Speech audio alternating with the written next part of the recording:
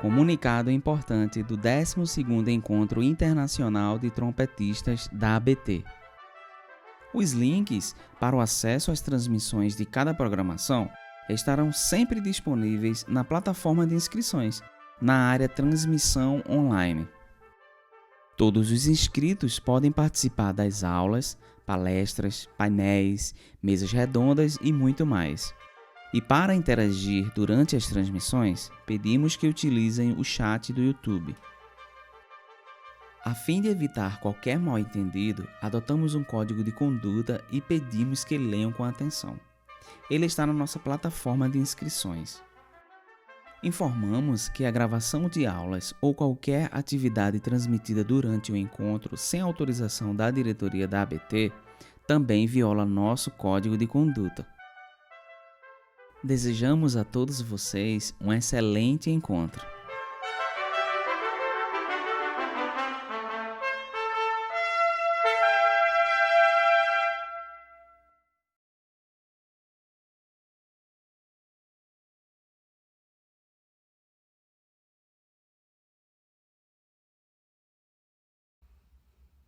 Hello, my name is Jeffrey Work, and I'd like to thank you first for inviting me into your homes from the music room in my home.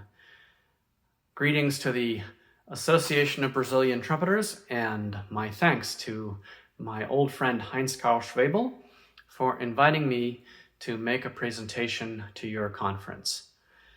We are all stuck at home, I suppose, in our music rooms, trying to figure out how we're going to spend these days until we have the joy of performing live for audiences once again. I've been in that situation for 6 months now, and a project has been percolating inside my brain, and Heinz's invitation to me has allowed me the opportunity to bring it to fruition. I've long thought that we musicians who play the trumpet are not frequently prone to talking about the mechanics of music making, the grammar of music, the tools of music making. During the presentation that this conference has had for former students of William Vacchiano, Anthony Ploeg, the great trumpeter and composer, said something which really resonated with me. He said William Vacchiano taught musicianship, and that would allow his students to use their musicality, to infuse their performances with the individuality that only an individual performer can have. And I love that distinction, the distinction between musicianship and musicality. And what I'd like to talk about in my presentation is primarily musicianship. These suggestions that I'm going to make, these ideas that I'm going to bring up, are all intended to help you find new things to think about, new ways to look at your etudes. And I think etudes are a perfect venue for this sort of thing because, generally speaking, we don't perform etudes in public. So I'm not trying to tell you how to play the Hummel Concerto or the Haydn or the Aratunian or the Böhm Concerto the way that I happen to play it. But I think we can look into the workshop in some of our favorite Edwin Franco Goldman and Oscar Böhm etudes and see how interpretations might be arrived at. At least that's my intent. The routine will be fairly simple. On each etude that we discuss, I will first attempt to give a complete rendition of the etude without adding too many interpretive touches, trying to simply, as they say, play the ink on the page and not too much more. After that, I'll add a complete rendition that is full of interpretive touches, perhaps sometimes too full of interpretive details and touches. But that's my intention, to make the most out of these studies, which sometimes we don't make enough out of. I'll tell you a little story. When I was a young trumpeter, I studied with a man named Robert Ferguson. He was the Sergeant Major of the United States Army Band because I grew up outside of Washington, D.C., in the suburbs of that capital city. And he wrote something in one of my etude books that has stuck with me my entire life, and it is really the title of my presentation today. He wrote, "Make something musical out of something technical." And I think that's a great mantra for all of us as we become performers and as we spend our lives being performers, is to try to make music out of things that may bother us technically. And as Charlie Schluter, one of my two main trumpet professors, said many, many times, there's always a musical solution to a technical problem. And I really believe that. So I hope you enjoy this. Look into the workshop is still, I guess, my favorite phrase for it, where we'll play several favorite etudes and pick them apart and put them back together in fully interpreted and hopefully performance-ready form. Thanks for looking in. I hope you enjoy this.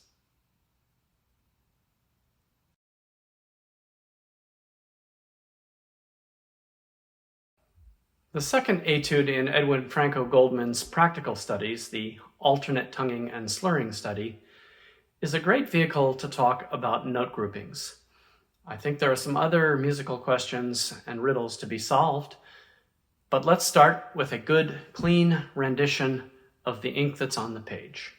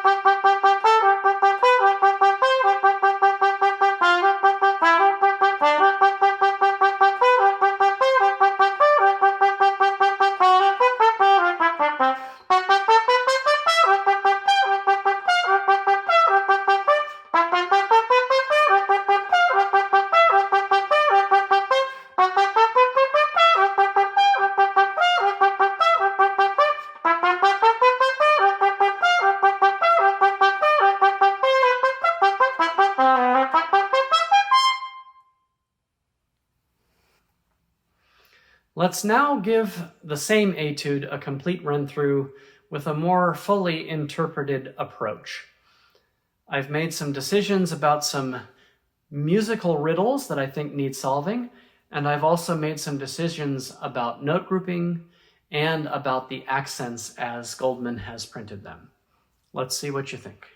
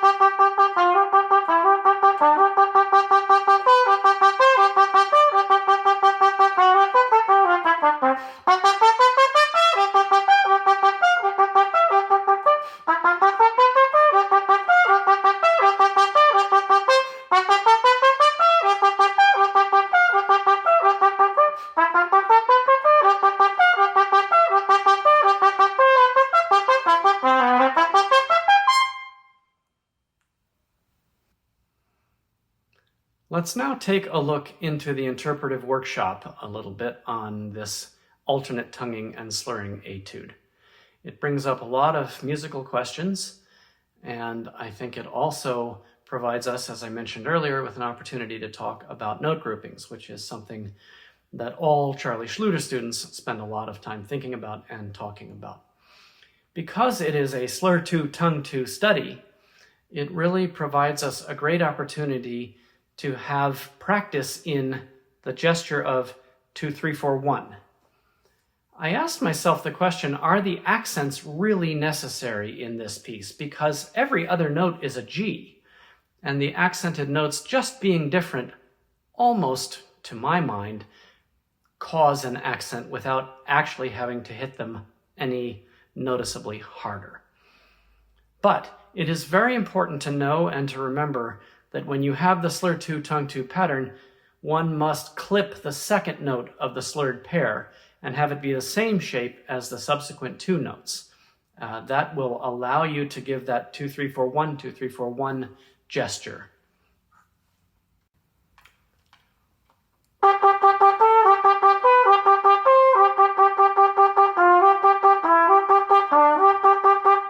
Rather than playing the second note long.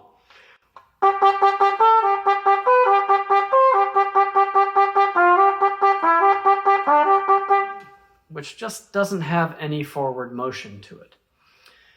Again, back to the accent question, I really, in my opinion, think that the accents don't need to be overly emphasized, that's for sure. And the lingering question for the performer is whether the G naturals that are constant in this opening passage should ebb and flow dynamically with the line, or whether they should remain static. I'll leave that decision up to you and your experimentation. But I think it is also worth talking about in this first 3-line long A section of the piece about the harmony. It's a very simple harmony, but it provides us with an opportunity to look for a little variety in dynamics and therefore phrasing. My solution was to begin normally, because when you start a piece, you are setting what is normal for that piece. And then in the second full measure of music, it strikes me that this is a more reflective harmony, and so I play it slightly less. And then as the line ascends, in the first measure of the second line of music, I choose to play a little bit stronger, and then the next measure, as it resolves the harmony with the F and the D and the E, to bring it back. Then a bit of a repeat performance in the next 3 bars, where we start normally, we go a bit less in the next measure and a bit more, and then I chose to not play very strongly at the end of this A section with a little diminuendo, as a matter of fact, so that the subito forte of the B section has a better chance. Let me demonstrate the normal, the a bit less, the more, the less, just so you hear what adding a little bit of nuance does to the harmony.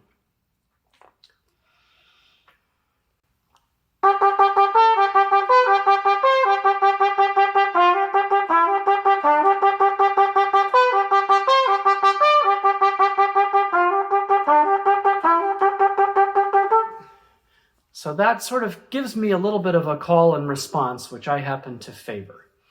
Now, when we get to the middle section, the section where the key changes, there are a few musical questions which I'd like to bring up with regard to note grouping, because after the first 2 measures, this music changes greatly. There's no longer these static, repeated G natural 16th notes. And we have to decide, is 2, 3, 4, 1 appropriate for every single slur-to, tongue-to? I think it's appropriate for a bunch of them, but in my reading of this etude, I made a decision that in the 1, 2, 3rd measure and 4th measure of this B section that I liked the idea of 1 2 3 4 1 2 3 4 1 2 3, that it would sound broken down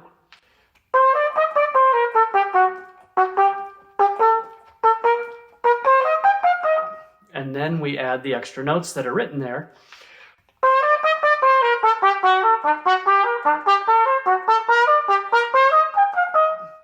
And when we arrive at the passage I was just starting to play,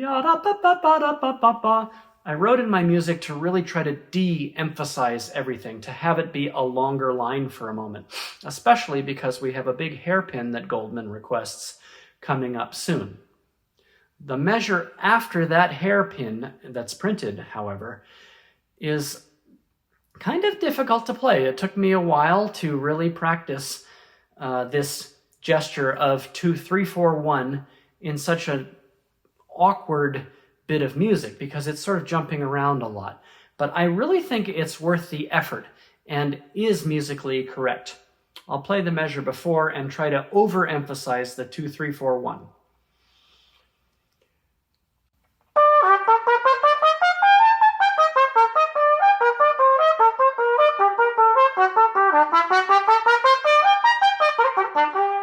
So that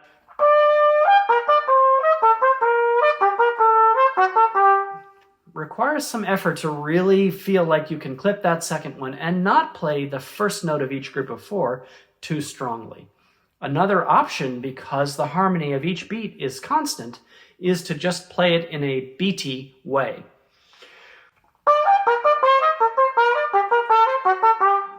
Which is a valid approach, but I really do feel that I hear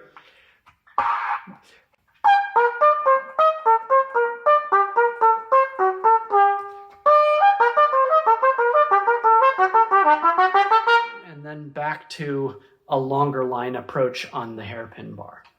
When we return to the original music, I chose to take the original approach once again. This is a recapitulation that I chose to play essentially the same way that I played it at the beginning of the performance.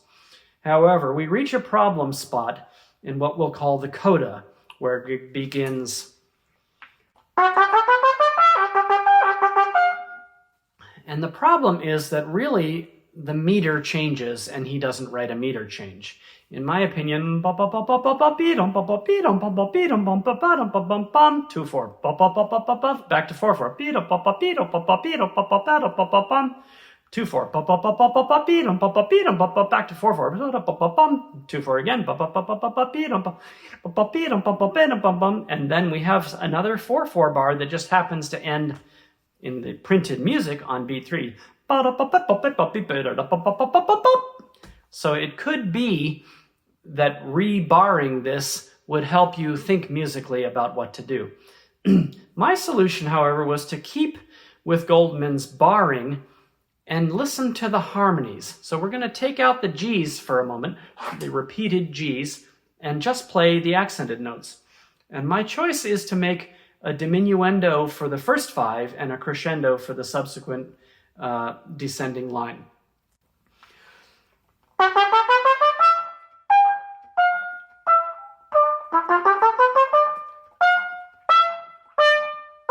And then repeat the same gesture.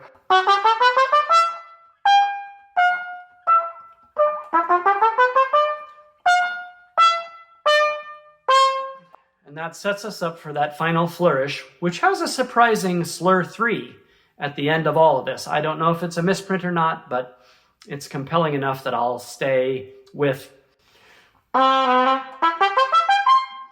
and end the etude as he printed it.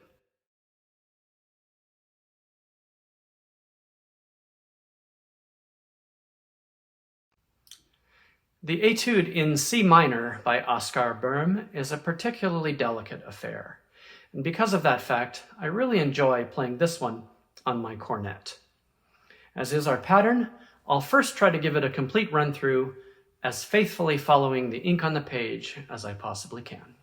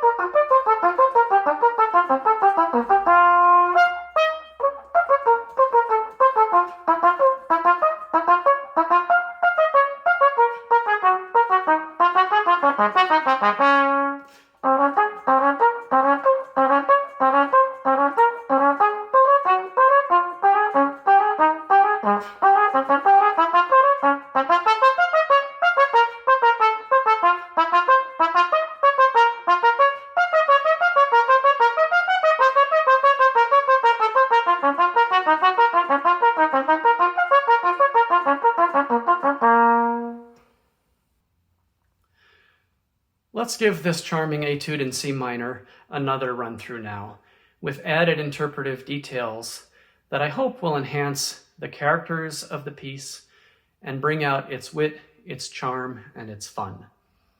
After that, I think we'll be able to talk about not only phrase lengths, but phrase directions, and I think this piece offers us a good opportunity to address variety in articulation.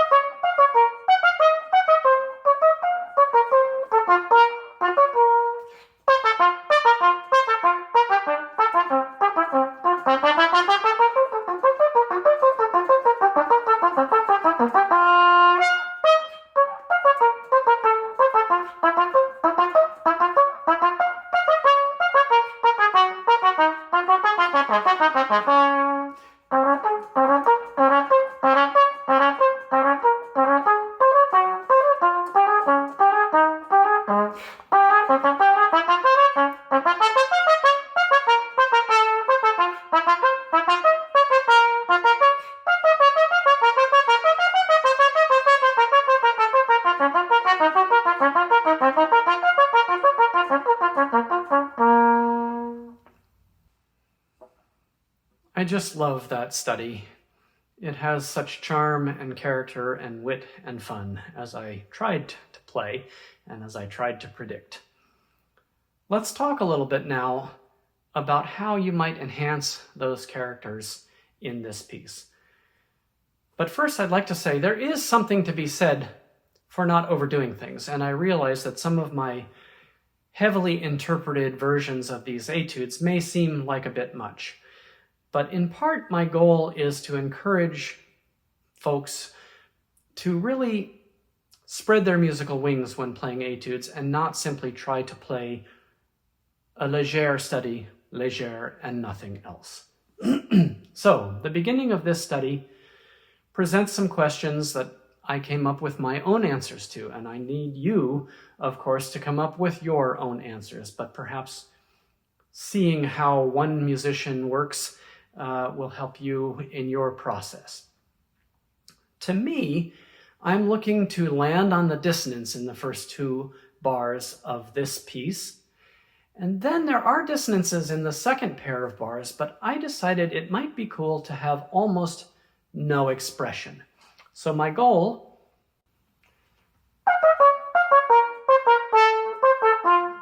without playing the B that long, and then senza expression. So that you then have a chance to have that new beginning. And now, let's do one bar phrases.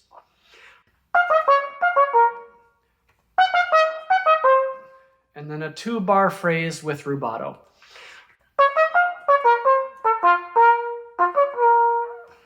Which sort of ends the exposition of the material. Then there is a sudden change of character. And I'd like to make a very simple point, which is you really need to, when you have 2/16 and an eighth, accent the first 16th. It is so natural for the human ear to hear ba-ba-bum, ba-ba-bum, ba-ba-bum, that when the composer writes ba-ba-bum, beep-ba-bum, beep-ba-bum, beep-ba-bum, you really need to exaggerate the ba-ba-bum, beep-ba-bum, beep-ba-bum, or it may sound to your listener like pickups in a funny meter. That said, I also think this is another example where you can reduce the music down to its essence, which is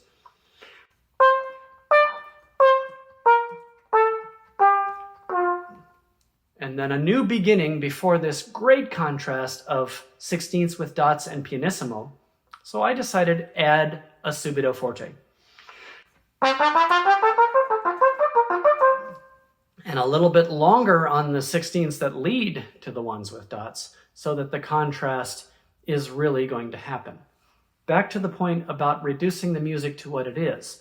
Harmonically, I think it makes sense not to play this completely straight, but rather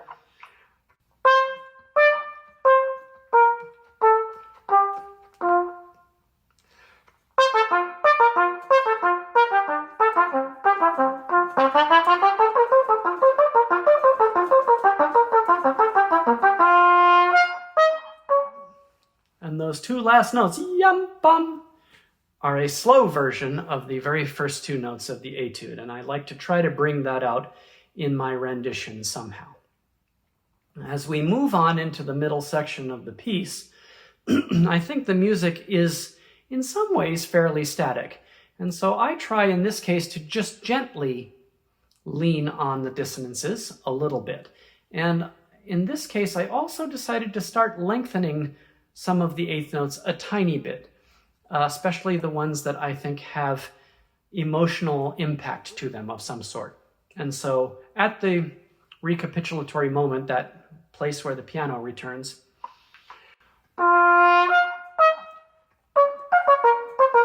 a little longer there, bom. No expression again, as I did at the beginning.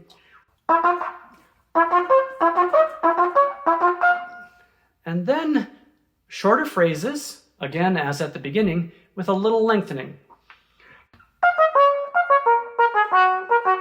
And then the crescendo is simple. So the next passage I certainly could have chosen to play very straight and very simply, but I thought it added some fun and some wit to have a hairpin, as with the line up, down, down, bum, and then change the articulation ba-da-bum, biddy-bum, ba-da-bum, and have a little rubato before the final recapitulatory moment.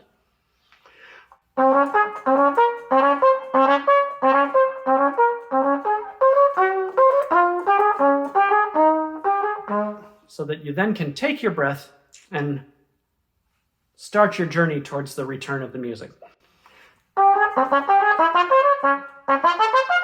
And there's where it really happens.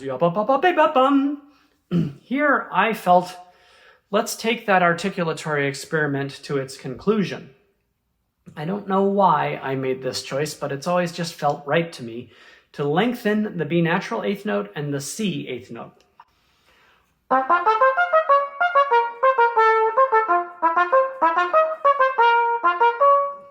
Which sets up and your race to the end. But those lengthenings, to me, give a little bit of the grammar of music that I've been trying to talk about in this presentation. If you just play straight, it's charming and it's fine, but I think leaning on those two notes for some reason gives me greater emotional satisfaction. Finally, I think the piece does end at the beginning of the last line of the sheet music. And so I chose to do a morendo al fine, to just let it fade off into nothing as a logical way for this piece to dissolve. And so when you really arrive at that final line of music, you have arrived at the home key, even though the music has a little bit of variety to it in those first two bars in particular on the last line of music.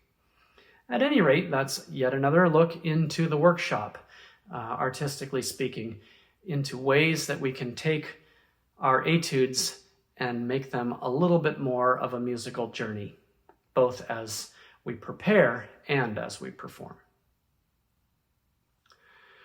There's one thing I forgot to mention about this etude in particular, but it applies to all of the etudes that we've been talking about and all of the etudes you will play in all of your lives.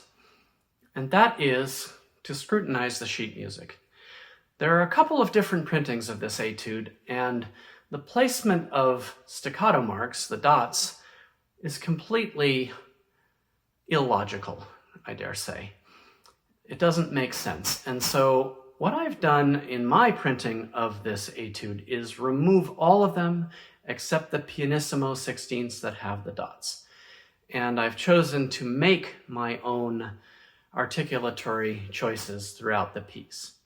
But the other point I'd like to make is to simply say that a great many etude books have a great many misprints that are really worth examining and questioning as you go through preparing and perhaps performing your favorite etudes. I think it is a good mental exercise, and it makes a lot of good musical questions pop into our heads to ask, is that note really correct? Is that articulation marking consistent? Should it be consistent, or should it be different from an earlier statement of the same material?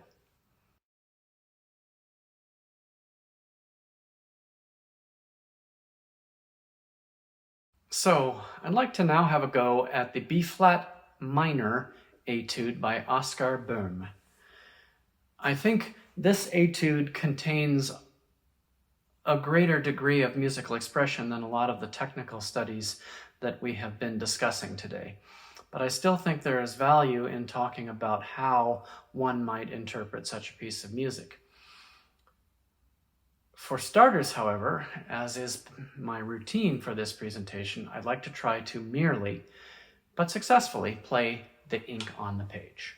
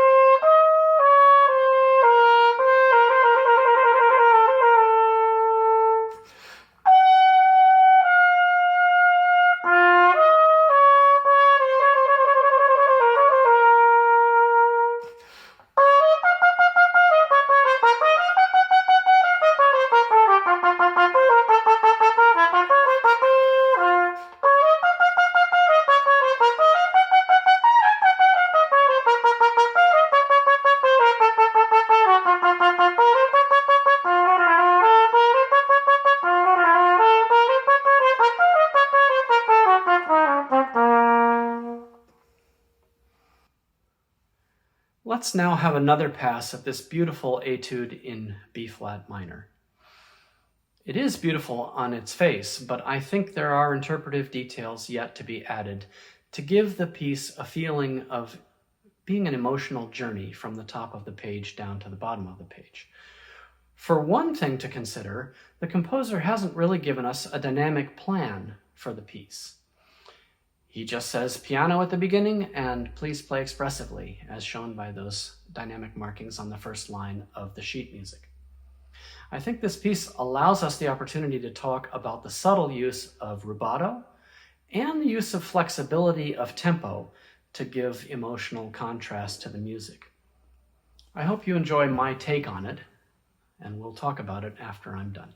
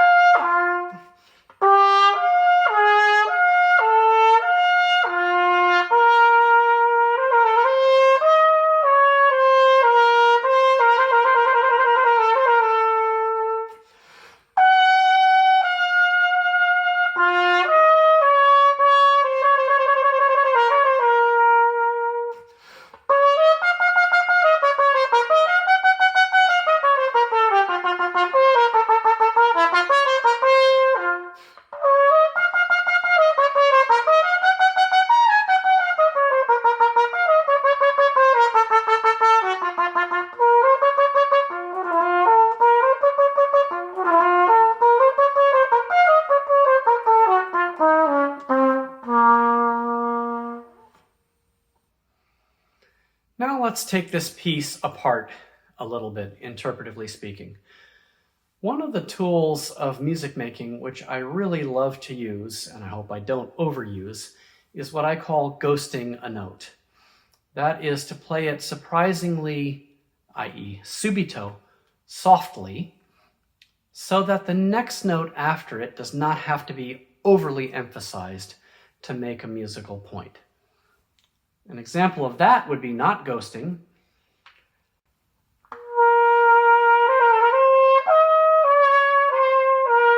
And having that dee-da-da have to be overly emphasized to make the pickups into the next bar apparent. If you ghost the written E flat, all of a sudden you don't have to slam the D flat.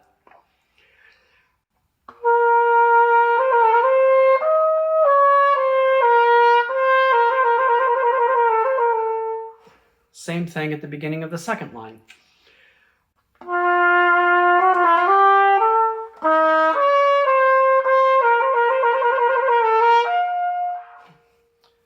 Ghosting notes. It's a really valuable tool which allows you to feel like you're playing something a little bit more subtly. You're not beating the listener over the head with your point. Another thing I'd like to talk about in this piece in terms of expressive tools is the use of variable speeds and trills, because a lot of trumpeters see a trill and it's just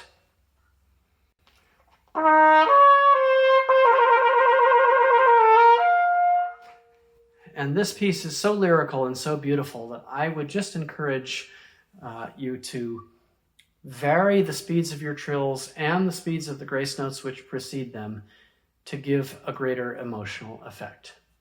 Now, the third line of this piece, there is a rather large change of character. And it was my artistic choice to start a little bit slowly, but then make sure I don't drag. This is a bit of rubato that I think is fair game in a piece of this expressive nature.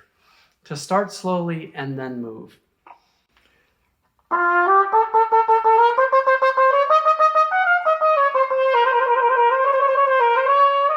And then you're on your way. The next line of music, however, I think can have a little bit less of that because you've already said it, so you don't need to re-emphasize that point with your listener. Now, to the question of a lack of dynamic structure given to us by the composer, I feel that the emotion of this music is what is going to dictate how loudly I play. And I wrote in my music, cry out, when we finally arrive at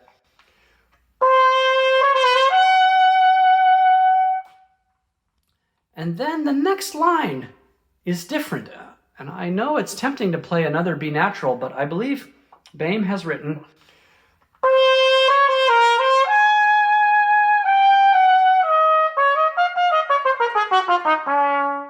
and I wrote in my music almost triumph. And the reason I wrote almost and not hey triumph is because the next passage in my hearing of it is so mysterious. And it's a different kind of grace note. You know, there are two printings of this piece, and one might tempt you to play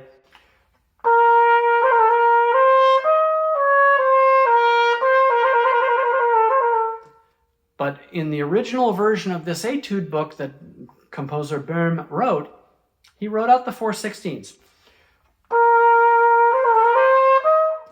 And so when we finally arrive at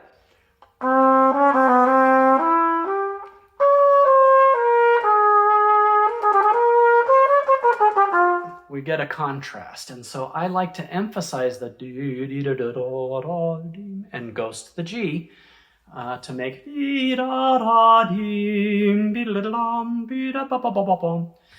so we're now getting to the transition to the recapitulation. And that's an important moment to me. And I kind of like the decision that I chose to make. And you may hate it, in which case, please don't ever play it the way I just played it. Which is to say, 4 lines from the bottom when the music returns, the music from the beginning returns, to play it full, to play it like you have now come to terms with the emotion that you were trying to examine at the beginning of the piece. That's my intellectualizing way of saying, let's go la and crescendo. Here.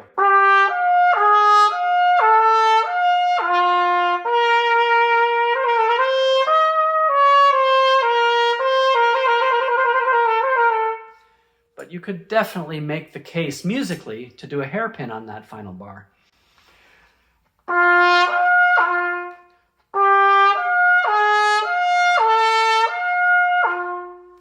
And then a little break.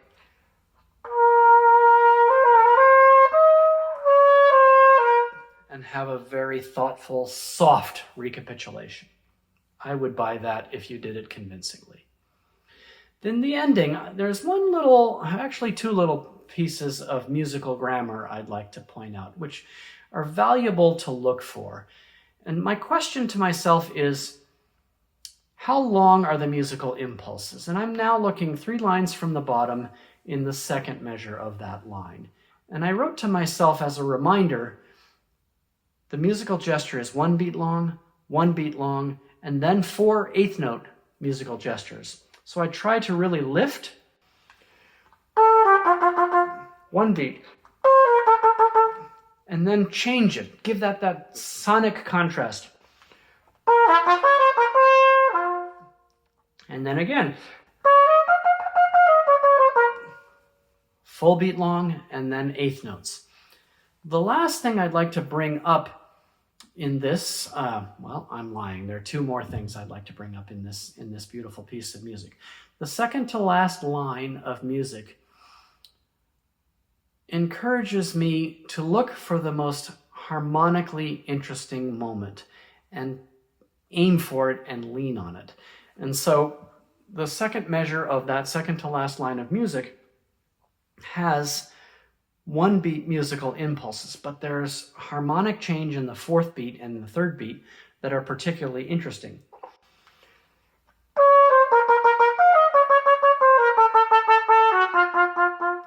And so a little hairpin towards beat 4, I think, is a very valuable expressive tool.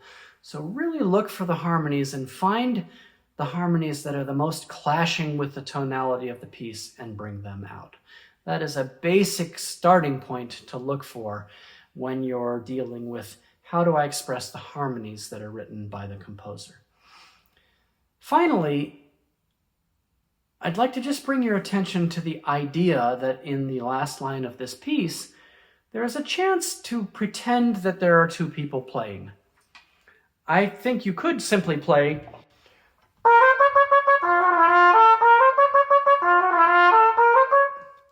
but to me, that's 2 people.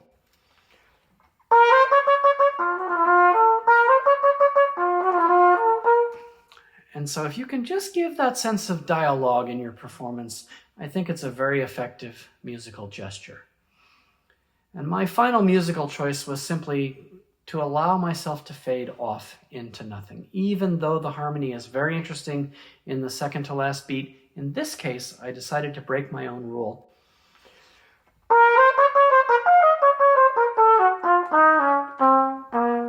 And let the music just fade into nothing.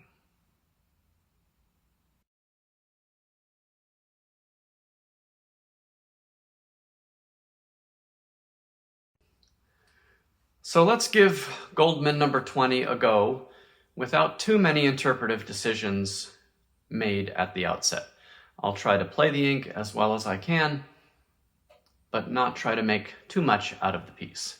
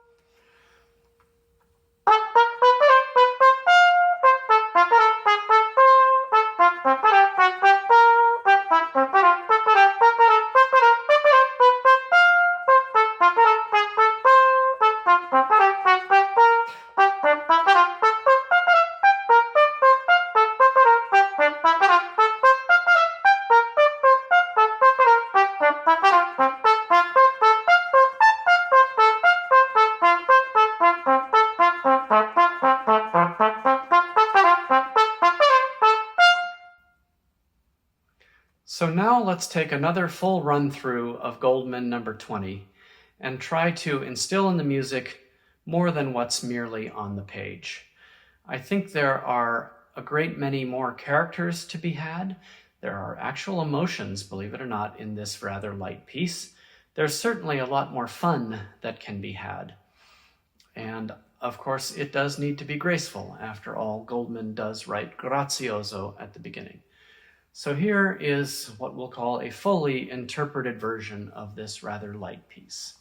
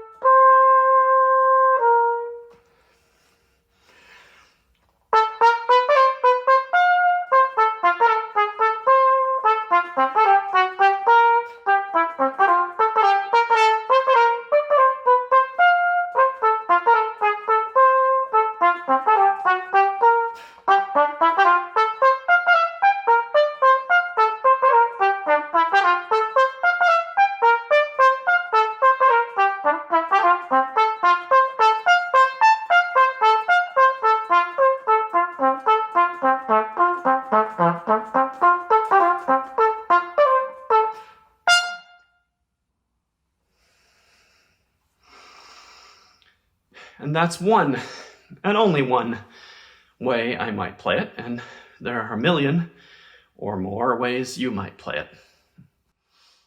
So now let's go through the piece, section by section, and talk a little bit about the things I tried to do to make the piece work a little bit better.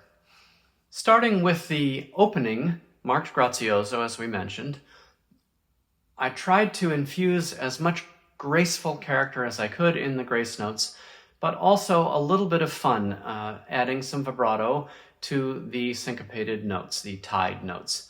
But when we get to the last measure of the first line of the music, I decided there really needed to be some kind of a build-up, and then why not make a little bit of a surprise return to soft.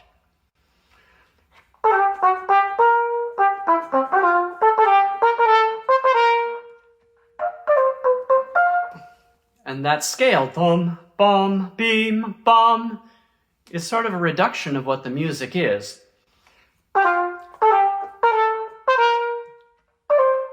And then adding the extra notes. And then a sudden soft. And we're on our way to the end of the first section. Speaking of the end of the first section, it is no sin in playing etudes to take some time and allow yourself the freedom to take a breath. And the way to take the time to take the breath is to take a tiny bit of time before you take the breath. Musically, that sets it up a little bit better. In the second 8-bar section of this piece, I decided that the character really needed to change rather dramatically. And so I've written in my music, subito forte deciso, meaning it has to be decisive, stronger, more emotionally fraught, perhaps would be a good way to describe it. And especially after that pochissimo retard we just talked about, that character change comes out very nicely. I might even add a little bit of a diminuendo with that pochissimo retard.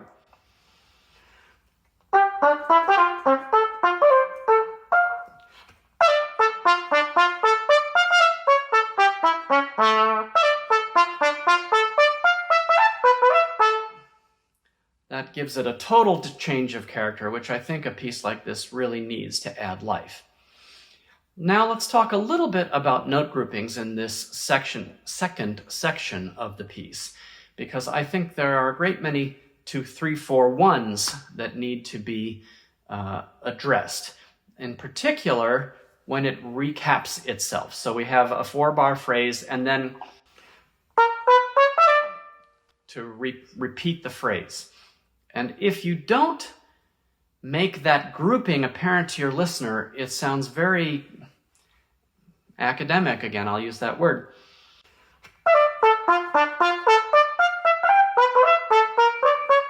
I can't even do it. But to go, and then a new beginning.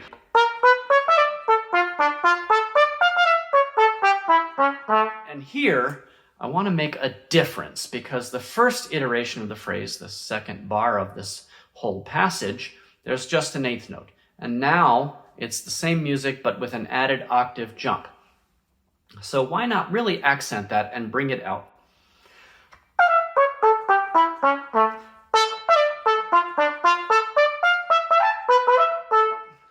And now I decided to tease the listener and have another 2, 3, 4, 1. And that allows me to, 1, get some more air as I make the double bar transition, but it also allows me to add a little humor to this piece, and I think that's okay. It is in the character. Then at the end of that whole, let's call it the A section, I decided to make quite a bit of retard and a diminuendo to set up the piano dolce section, which is coming next. So, dolce means sweetly, of course, and I think in this dolce section, my goal was just that, to play it as sweetly as possible and to choose where the grammar of the music causes phrases to happen. And so it would be easy to simply play the beginning.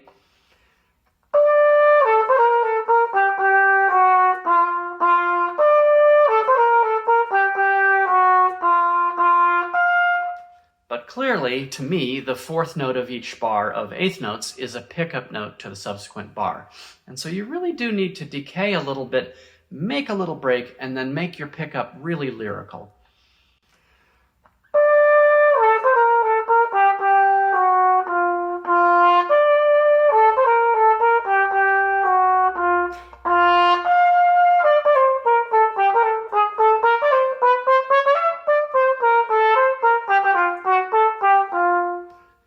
And there we arrive at a harmonic ending point. And we have a slur on beat 2 of that bar, which makes it a little bit strange. How do we make that second note a pickup into the following bar? Because to me, it's a musical mistake to play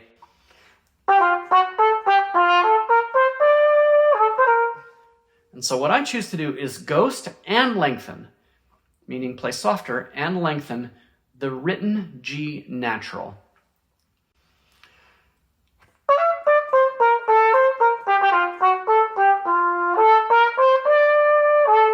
And that allows me to play the slur, but have the bum bum bum B sound like pickups up to the bum note.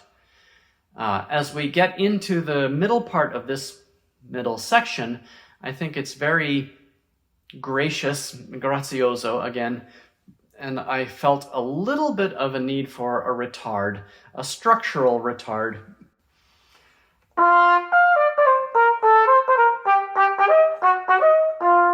Because it almost feels like there's something emotionally that's about to be said.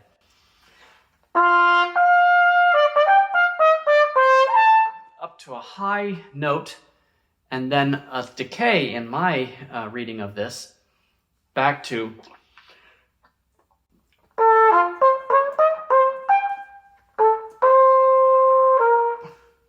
so that the fermata, and then all of a sudden we begin anew, you have a chance of having the contrast. Once again. So, what to do about the ending of this piece? This piece veers off in a different direction with completely new music on the last line. Actually, I guess the last two lines of music. All of a sudden, Goldman brings in completely new material. In terms of note groupings, first, let's talk about how to get some breath, because you need to make it to the end of this etude without gasping for breath. And my choice was to breathe after the final syncopation in particular. And you could choose actually to add a number of breaths if they are in musically logical places. I also like the note grouping of new beginning, repeated phrase, maybe a little extra, again, new beginning,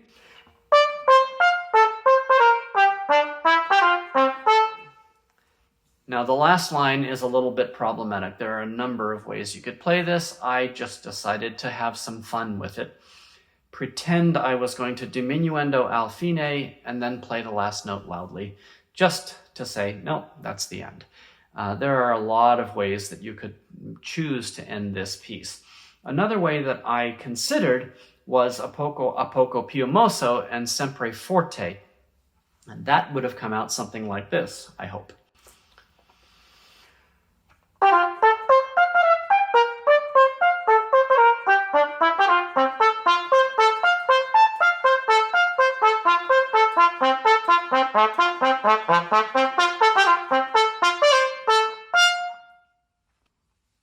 And I buy that. I didn't choose to do it on my previous run-through, but I can certainly imagine having a little bit of capricious ending, a choice to make a non-steady tempo, since there's been a good bit of rubato I've taken throughout my interpretation preceding that last line of music. But I decided why not be a little bit cute and make that diminuendo, diminuendo, diminuendo last note as my approach. So that's a little look into the workshop for Goldman number 20.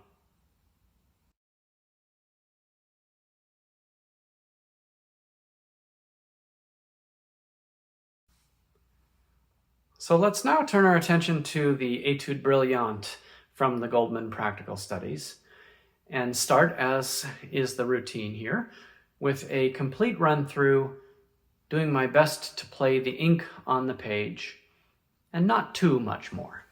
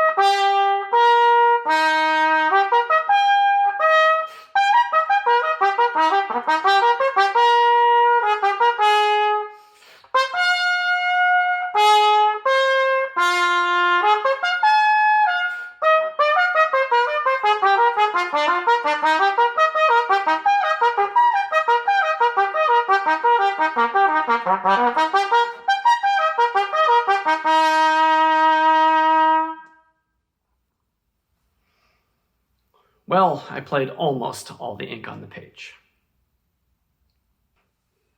Edwin Franco Goldman's Etude Brillante, the 28th etude in his book of practical studies, is perhaps one of the more musically complete, i.e. less academic, pieces of music in this book.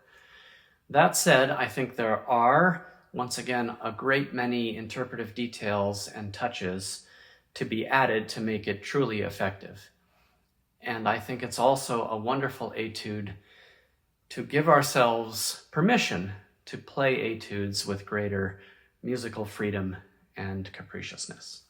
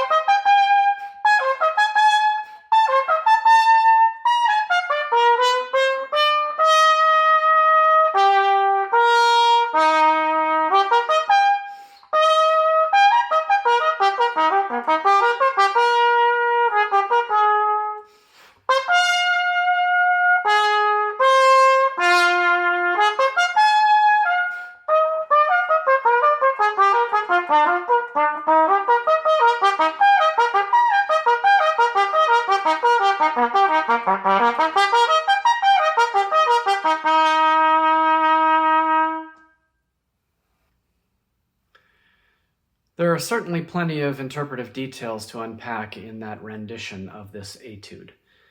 I played it this way in part to make a point, that we really can play our etudes with greater musical freedom, with greater capriciousness, if you will, and perhaps, and I hope, have a little more fun in the process.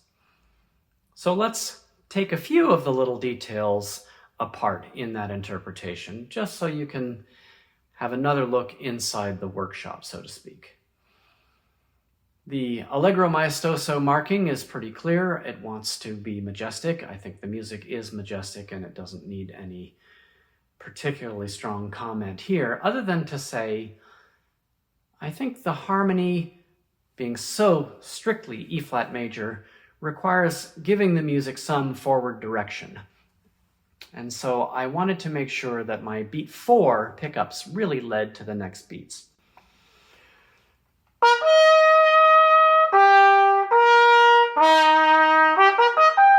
With a little afterthought, and a new beginning.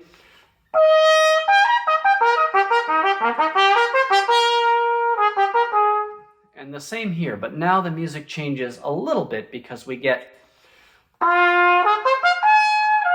that little appoggiatura needs to be brought out. Now, let's talk a little bit about note groupings because I'm always an advocate of the 2-3-4-1, 2-3-4-1 approach. However, in the second line of this etude, I really feel like there might be a case made that the music really is 1-2-3, 4-1-2-3, 4-1-2-3, 4-1. Tell me what you think.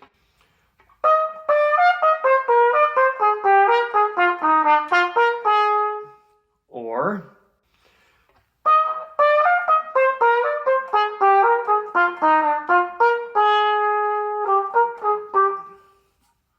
think you can make a strong case for either one.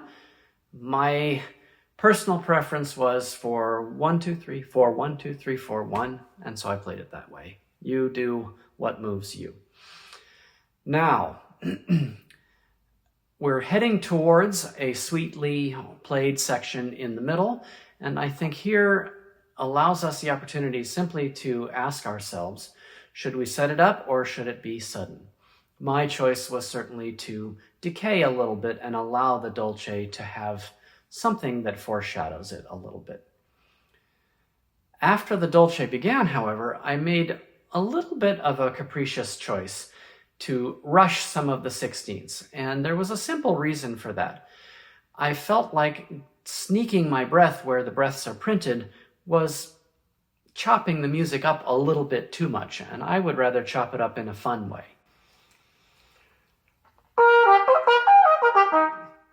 Then breathe.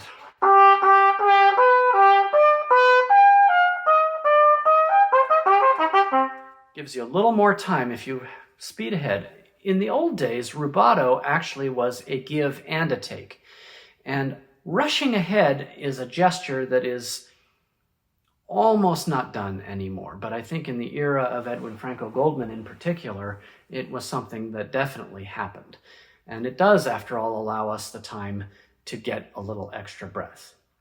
Now, what in the world did I choose to do on the 6th line of this piece? Well, it strikes me harmonically being so unusual that it might be a moment to just say, to heck with it. Here comes a sudden forte, a sudden change of character, almost like slamming a door, and then allowing us to have a return to the music that we were playing. So I tried to set up that sudden moment by decaying and slowing down a little bit before it, and then after that moment, allowing myself to just take a little what happened gesture and then let the music move on its way. So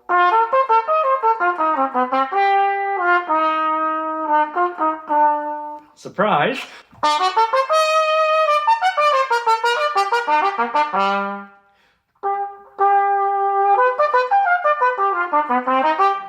And then we're on our way again. So a few lines later, I feel like it allows me, and us therefore, to talk for a moment about another tool of music making, another bit of musical grammar. And it is 4 measures before what we'll call the recapitulation, the a tempo, the double bar, where the music is first expressed in full measures. After 2 bars of that, it begins to be expressed in half measures or 2-beat long phrases or moments. And so I would encourage a performer of this piece to really emphasize that fact conspicuously. I chose to actually take breaths between be-da-ba-ba-bee, be-da-ba-ba-ba, which allows me to just bring a point up that Charlie Schluter used to make in my lessons with him, which was you need to be able to breathe without phrasing and phrase without breathing. And this, I think, is a place where you need to keep the phrase going, but take your breath, or you will just die. So the 1-bar phrase, 1-bar phrase, and then half bars with breaths.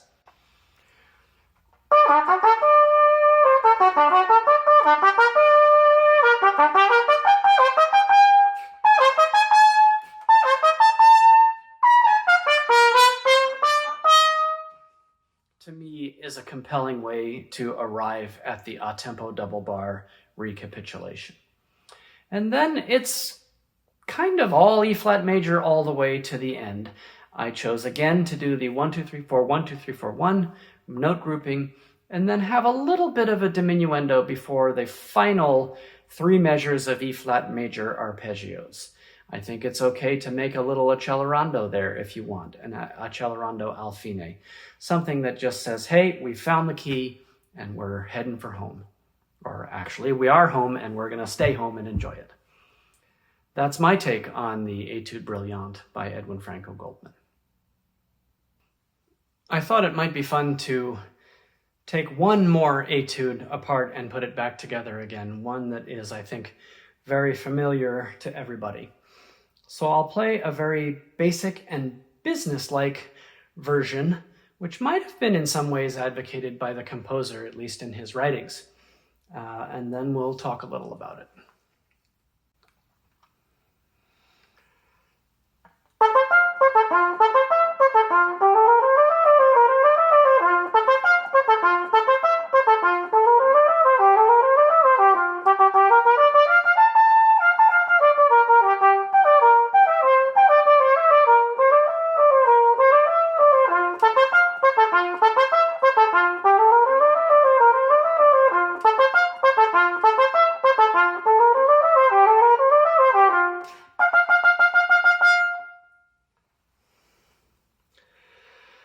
Well, there are, as you know, two versions excuse me, of that etude.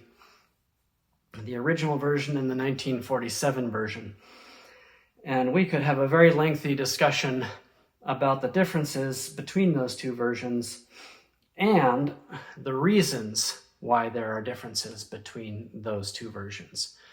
I think the most famous and probably accurate answer to why there are so many differences is simply because Stravinsky really was trying to get copyright protection for a piece he had written many, many years ago that was no longer under copyright protections. And so he reorchestrated Petrushka and came up with a bunch of new markings and changed the slurs and all of that.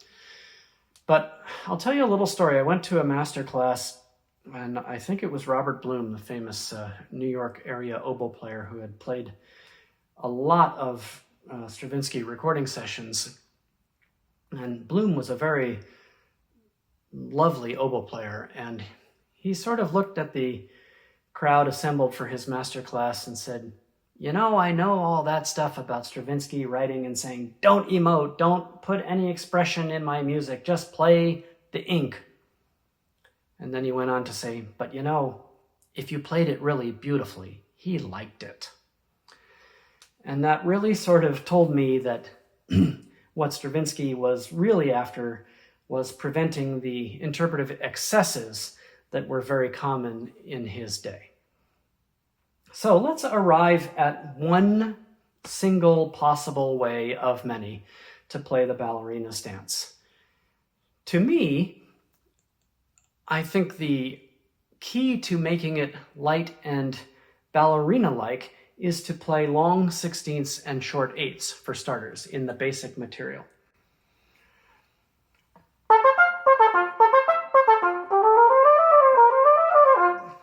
And obviously we want to be as lyrical and connected on the slurs as humanly possible so that there's a good contrast with the music. Now, the slurs, the running notes of slurs are different. And so I feel like there must be some slight change in inflection from the first run of 16ths under a slur to the second one.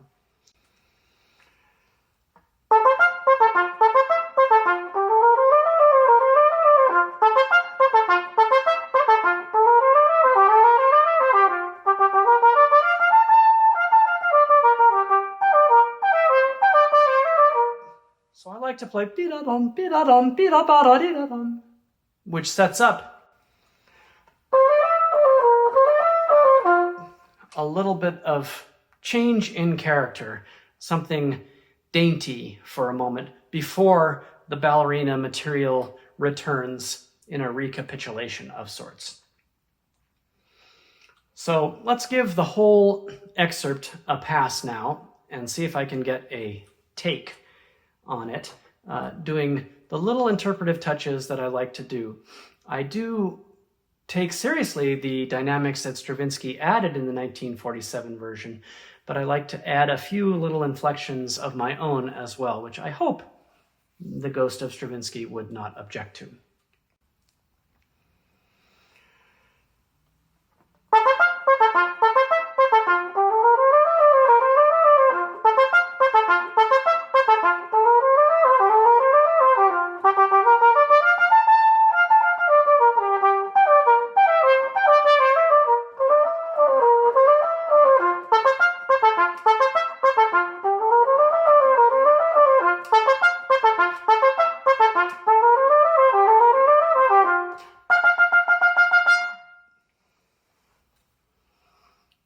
close, let's call it. But that's one version with certain inflections added that I think speak to the musical grammar contained within the piece. I thought it might be a worthwhile experiment to turn the recorder off and then record another take, if you will, of the ballerina stance. This time I'll include the wake-up call that gets the audience's attention preceding the ballerina stance. The reason I wanted to do another one is simply because I feel like it might be an interesting experiment to see if musicality versus musicianship has an effect on the nuances in an additional run-through, because there are never two performances which are identical. Never. And so, who knows, perhaps playing the wake-up call will make me somehow change the ballerina stance in some very minute way. Let's find out.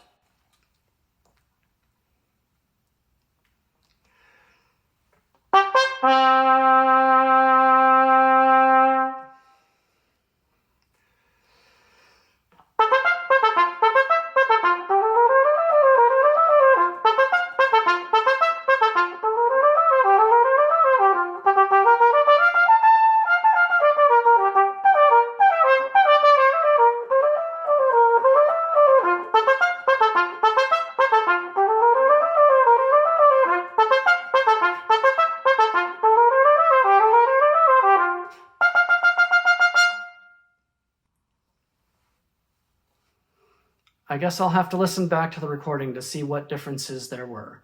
It struck me I may have played a tiny bit quicker, perhaps being excited by the opening fanfare that wakes everybody up. I'm not sure, but take what you will from the experiment. I think it was worth an extra 2 minutes of time.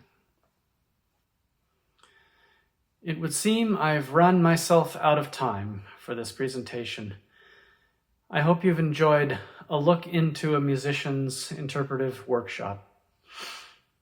As I edited my videos for this presentation, I jotted down a few notes to remind myself of the things that we've talked about, and I thought it might be valuable at the end of this presentation to just sort of read through that cheat sheet, as we call it, of things that we have discussed and things that you may consider in your music making moving forward. We talked about reducing the music down to find its essence and then adding all the notes back as a way of figuring out how to phrase ornate passages. We certainly talked about note groupings, the 2-3-4-1, 2-3-4-1 grouping that gives music forward motion, but also consider when there are times when that might not be as musically effective. We certainly talked a good bit about striving for great and vibrant changes in character and mood whenever possible, and also adding dynamic schemes to our etudes when there are none present from the composer. We certainly talked a little bit about rubato, enhancing musical expression, showing compositional architecture, and even making breathing easier as we do all of those things. I think we also looked in on taking harmony by itself as an expressive tool and try to figure out how to phrase things based purely on the musical harmony. We certainly considered the architecture of an entire piece and talked about exposition versus recap phrasing and codas and endings and how to make them effective and how to get those contrasts in character, especially the middle sections of many of these etudes seem to be a strong contrast to the opening and closing material. We also talked about little musical devices like the ghosting of notes so that we don't have to overdo some of our phrasing, or trill speed variety, and the same for any number of other ornaments. I think we have also looked well at variety of lengths of musical gestures as well as musical phrases so that we can show the musical grammar of a phrase, whether it is built on full measure phrases or beat by beat by beat. We also talked about using multiple voices to create musical conversations and talked about varying our articulations, especially when the composer's articulation marks are particularly confusing. And we also talked about phrase direction and musical afterthoughts, which is another part of note grouping. And finally, we touched on the fun of and the need to edit one's etudes, because there are so many etude books that have printing problems and confusing markings and poorly copied sheet music. Well, that's all the stuff I could think of during the course of this. I hope you've enjoyed this look into the workshop as much as I've enjoyed making it for you. I'll admit I have learned a great deal in making this presentation, and will, I hope, have enriched music making going forward for myself because of it. So thank you, Heinz-Karl Schwebel, for the opportunity and the invitation to come into your homes, as I said at the beginning of this presentation, from my music room here in Portland, Oregon. All the best. Stay safe, stay well, remain positive if possible.